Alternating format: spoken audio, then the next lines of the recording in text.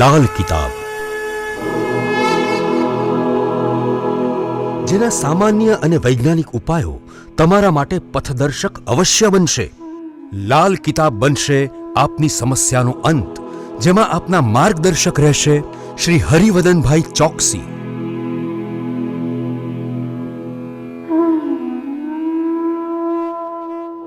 નમસ્કાર મિત્રો, હું હરિવદન ચોકસી આપ સૌનું સ્વાગત કરું છું. મિત્રો, આજના વિડીયોમાં આપનું ખૂબ ખૂબ સ્વાગત.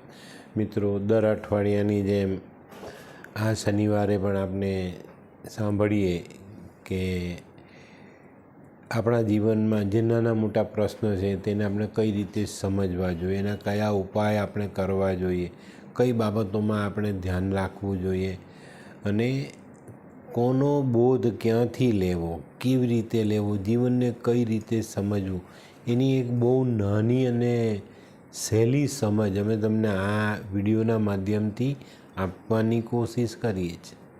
તો મિત્રો, વિડીયો સાંભળો, જીવનમાં જોડો, ચોક્કસ ફાયદો થશે. મિત્રો, માનવ જીવનમાં આપણા પોતાનો આત્મવિશ્વાસ, આપણું પોતાનું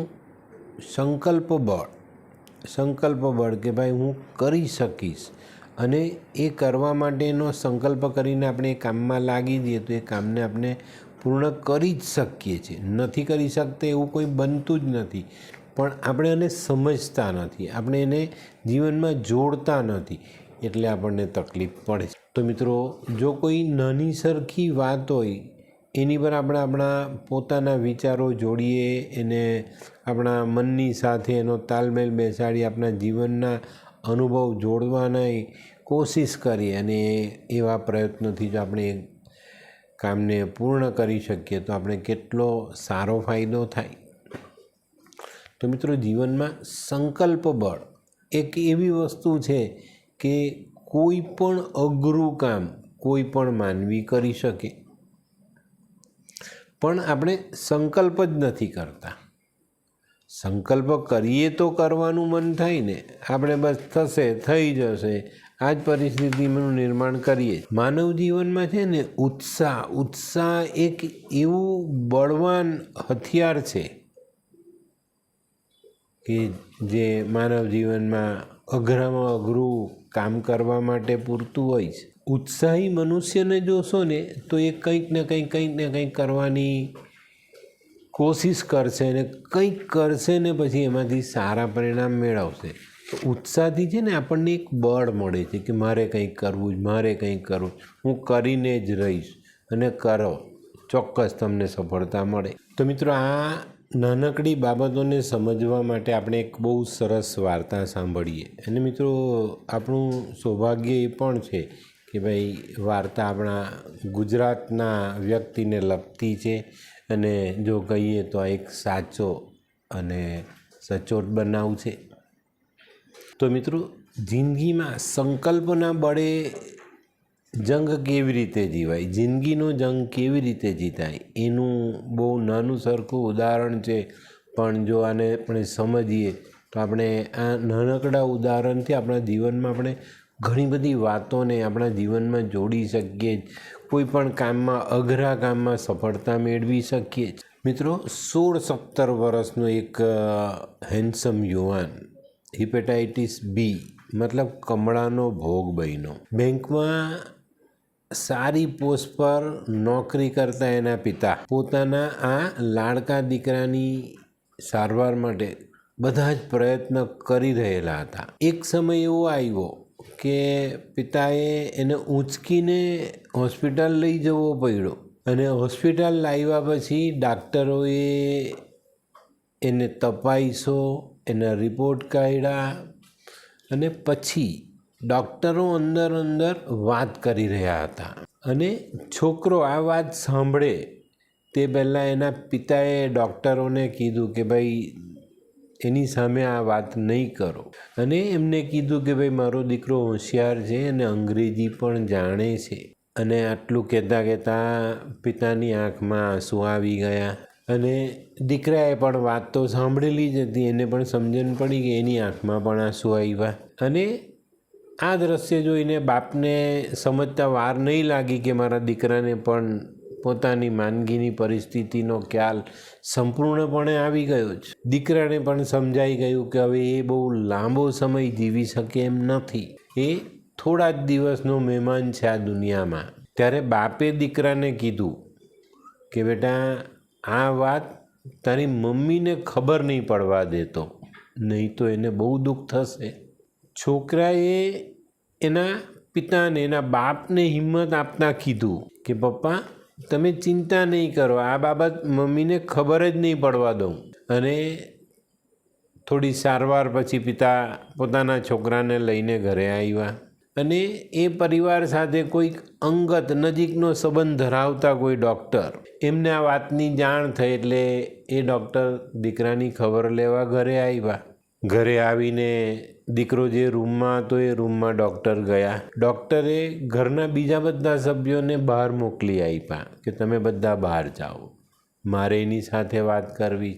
અને ત્યાં બેસીને એમને છોકરાનો હાથ પોતાના હાથમાં લીધો અને એક નાનો પ્રશ્ન કર્યો કે બેટા, તારે જીવવું છે? આ પ્રશ્ન સાંભળીને છોકરાએ આંખમાં આંસુ સાથે જવાબ આપ્યો, હા અંકલ, મારે હજુ ઘણું બધું જીવવાની ઈચ્છા છે. હજુ હમણાં જ કોઈક છોકરીએ મારા હૃદયના ખેતરમાં પ્રેમના બી વાવેલા છે અને આ પ્રેમના અંકુરિત થવાથી જ મને ખૂબ આનંદ મળે છે. અને હા, મારા મનમાં તો એવી ઈચ્છા છે કે આ પ્રેમના અંકુરને હું વિશાળ વૃક્ષના રૂપે મારા જીવનમાં આગળ વધારું અને એની પર આવતા ફળ મારે ચાખવા છે. અને આ એક મારી પ્રબળ ઈચ્છા છે. તો ડૉક્ટરે પ્રેમથી દીકરાના માથે હાથ ફેરવતા ફેરવતા કીધું કે જો બેટા, તારી જીવવાની ઈચ્છા પ્રબળ છે તો આપણે મૃત્યુ સામે જંગ માંડીએ. મને વિશ્વાસ છે કે આપણે એમાં જીતી જઈશું. અને પછી ડૉક્ટર પોતાના ઘરે ગયા અને પોતાના ઘરેથી એક VCR અને થોડીક કેસેટ લઈને પાછા આવ્યા અને આ બંને વસ્તુ દીકરાને આપીને એવું કીધું કે તું તારા આરામના જે સમયમાં જ્યારે જ્યારે તને સમય મળે ત્યારે આમાં જે પ્રસંગો મેં કેસેટમાં જોડેલા છે તેને તું જો. અને આ કેસેટોમાં પોતાના જીવનમાં સકારાત્મકતા આવે એવા પ્રસંગો હતા અને આ જ પ્રકારની બધી કેસેટો હતી. ક્યારેક ક્યારેક ડૉક્ટર એ છોકરાને મળવા આવે, સાથે બેસીને કેસેટ જોઈ અને એ કેસેટમાં જે વિચારો હતા સકારાત્મક, એની સમજણ દીકરાને આપતા ગયા. કોઈક ફિલ્મમાં કોઈ પાત્રને બહુ દુઃખ પડે તે પણ એને સમજણ આપી કે જો બેટા, આ પાત્રને કેટલું બધું દુઃખ પડે છે પણ એ કોઈને પણ ફરિયાદ કર્યા વગર પોતાનું જીવન જીવે છે.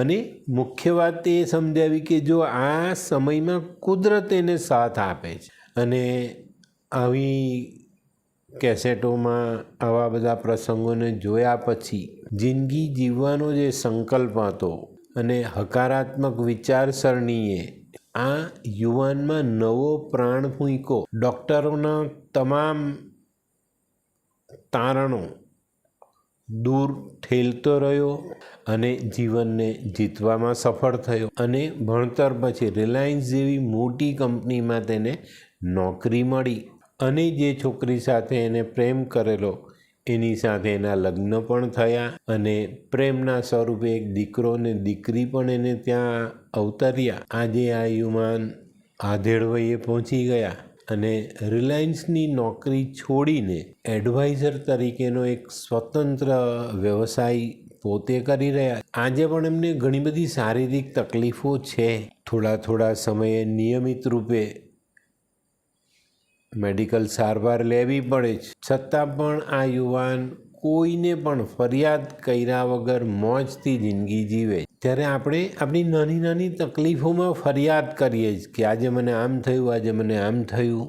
આપણે આવા યુવાનની તકલીફ જોઈને આપણે જાતે નિર્ણય લેવાનો છે કે ભાઈ આવી મોટી તકલીફો સામે આપણા જીવનની તો કોઈ તકલીફ જ નથી, ભગવાને આપણને તો બહુ સારું જીવન આપ્યું છે. અને મિત્રો, આ યુવાન એટલે પોરબંદરના રહેવાસી અને હાલમાં રાજકોટમાં ઇન્સ્યોરન્સ બિઝનેસ સાથે જોડાઈને રહેતા વિજય ભટ્ટ. અને આ યુવાનને જિંદગીની જંગમાં લડવામાં સહાય કરનાર એટલે ડૉક્ટર I.K. વીજળીવાળા. તો મિત્રો, આપણે પણ આપણી નાની નાની મુસીબતોને સાઈડ કરીને ચાલીએ. બીજા આપણાથી વધારે દુઃખી માણસને જોઈને આપણે વિચારીએ કે હું બરાબર છું, તો કોઈ તકલીફ છે જ નહીં. તો જીવનમાં આપણે ક્યાંક આપણે એવું વિચારીએ કે ભાઈ, ભગવાને મને બીજા કરતાં કંઈક સારું આપ્યું છે અને હું એની સામે લડું, મારા જીવનનો જંગ લડું અને એમાંથી હું આગળ વધું, તો કોઈ પ્રોબ્લેમ નથી થતો. આપણે જીતી શકીએ જ. જો એક 16-17 વર્ષનો યુવાન એવી પરિસ્થિતિમાં આવ્યો, હિપેટાઇટિસ B, અને ડાક્ટરો હાર્યા હોય, પણ એ વ્યક્તિ પોતાની રીતથી તૈયાર થઈને અને જિંદગીનો જંગ જીતીને એક સફળ જિંદગીમાં આગળ વધતો હોય, તો આપણે પણ આપણી બીમારી, તકલીફ, મુશ્કેલીઓ આ બધાને કેમ સાઈડ ન કરી શકીએ? તો ચોકસાઈ રાખવી જોઈએ ને આપણું પોતાનું જે મનોબળ છે, સંકલ્પ બળ છે, એને મજબૂત કરતાં આગળ વધીએ તો ચોક્કસપણે આગળ વધી શકાય. તો મિત્રો, આપણા ગુજરાતી સાહિત્યમાં એક બહુ સરસ વાત છે, હે આર્ય, ઉત્સાહ બળવાન છે, ઉત્સાહ સિવાય બીજું કોઈ બળ નથી. ઉત્સાહી મનુષ્ય માટે આ દુનિયામાં કોઈ પણ વસ્તુ દુર્લભ નથી. દુર્લભ એટલે અશક્ય નથી. તો ચોક્કસપણે આપણે એને સરસ રીતે જિંદગીમાં જોડી જ શકીએ છીએ. તો મિત્રો, આ રીતે જો આપણે જિંદગીની જંગ લડવામાં લાગી જઈએ અને જિંદગીના દુઃખોને, મુશ્કેલીઓને, બીમારીને, તકલીફને, રોગને, મહારોગને હરાવવામાં સફળ થઈએ ને, તો આપણે ચોક્કસ આપણું સંકલ્પ બળ મજબૂત કરવું હોય તો આપણે બી એવા સમયને સાથ આપવો જોઈએ અને આવનારી તકલીફોનો સામનો જો આપણે મક્કમતાથી કરીએ અને આપણા સંકલ્પ બળને એક એવું બળ આપતા રહીએ કે હું સફળ થઈશ અને થઈને રહેવાય. તો મિત્રો, આજની વાર્તા ગમી તો લાઈક કરો, શેર કરો, યુટ્યુબ જોનારા શેર કરે અને સબસ્ક્રાઈબ કરે. હું હરિવર્ધન ચોકસી આપ સૌની રજા લઉં. ફરી મળીએ નવા વિડીયોમાં નવી જાણકારી સાથે. તો ચાલો બદલીએ જિંદગી. નમસ્તે.